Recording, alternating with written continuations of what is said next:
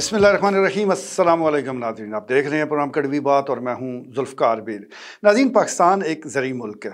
अब इसमें कोई हंसने वाली बात नहीं है, मैं वही कह रहा हूँ जो हमने भी किताबों में पढ़ा है, आपने भी मुतअद्दिद बार पढ़ा होगा, लेकिन ग्राउंड रियलिटीज़ इससे बिल्कुल मुख्तलिफ हैं। ये वाहिद ज़री मुल्क है जो गंदम भी बाहर से मंगवाता है, चीनी भी, इसके अलावा दालें और दीगर जितनी आप कह लें एक तवील फहरिस्त है जो चीज़ें बाहर से आती हैं। लेकिन फिर भी हमारा ये दावा है, हमारा ये इसरार है कि पाकिस्तान एक ज़री मुल्क है। हालांकि हमारे पास दुनिया का एक बड़ा नहरी सिस्टम भी मौजूद है, लेकिन क्या किया जाए, जब मुल्क के अंदर कोई निज़ाम मौजूद ना हो तो बड़े से बड़ी नेमत, बड़े से बड़ा सिस्टम भी आपके कुछ काम नहीं आ सकता, और यही हमारे साथ हो रहा है।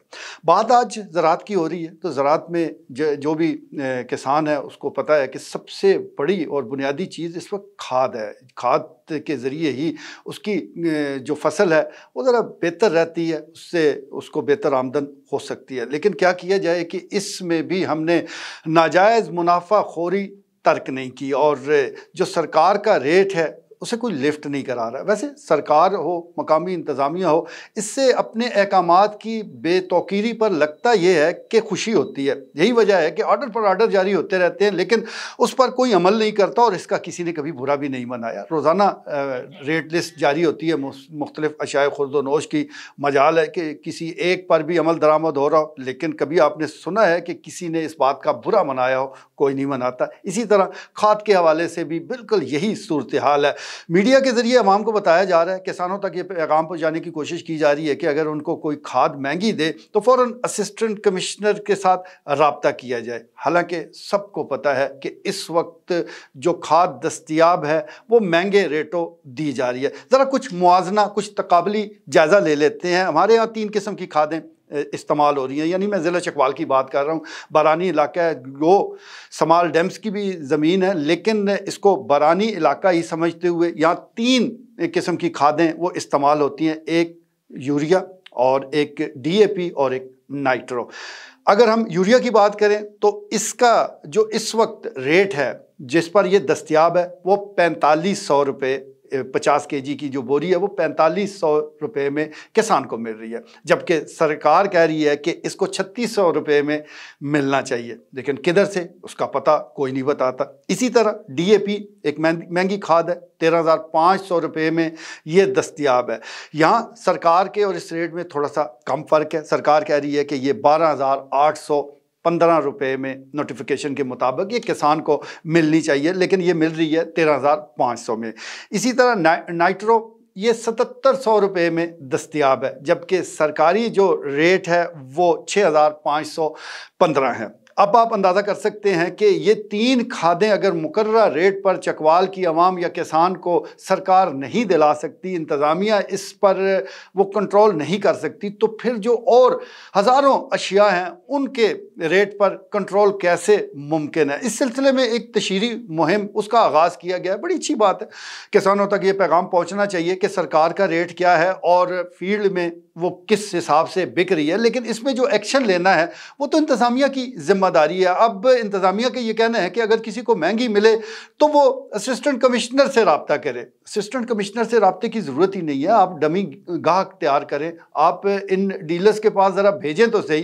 5 मिनट में पता चल जाएगा कि दस्तयाब जो खाद है वो कितने में मिल रही है और सरकार का रेट क्या है। जब सरकार एक्शन लेगी, सख्त एक्शन लेगी, तो फिर कोई वजह नहीं कि जो डीलर है वो मुकर्रर रेट पर उसको फरोख्त ना करे। एक सबसे बड़ा अलमिया हमारे यहाँ ये भी है कि बाज़ औक़ात रेट ही ऐसा सरकार मुकर्रर कर देती है कि जो काबिल अमल ही नहीं होता, लेकिन चीज़ों को सस्ता दिखाने के लिए ये काम किए जाते हैं, और ये बहुत बड़ा जुल्म है। जिस बेतौकीरी का मैं जिक्र कर रहा हूँ उसमें सबसे बड़ी वजह यही है कि जब आप रेट मुकर्रर करते हैं तो ग्राउंड रियलिटीज़ को मद्देनज़र नहीं रखते, उन सारे अवामल का जायज़ा नहीं लेते कि जिसकी बुनियाद पर ये रेट होने चाहिए। लेकिन अगर आपने मुकर्रर कर दिया है तो फिर उस पर अमल दरामद होना चाहिए। खाद बुनियादी चीज़ है, और इस हवाले से हुकूमत पाकिस्तान इस पर बाकायदा सब्सिडी देती है। बिजली और गैस जो इन फैक्ट्रियों को दी जा रही है वो सब्सिडाइज है, यानी अवामी का पैसा किसी न किसी शक्ल में पहले भी दिया जा रहा है, फिर जब ये खाद बन के मैदान में आती है, किसान को मुयस्सर आती है,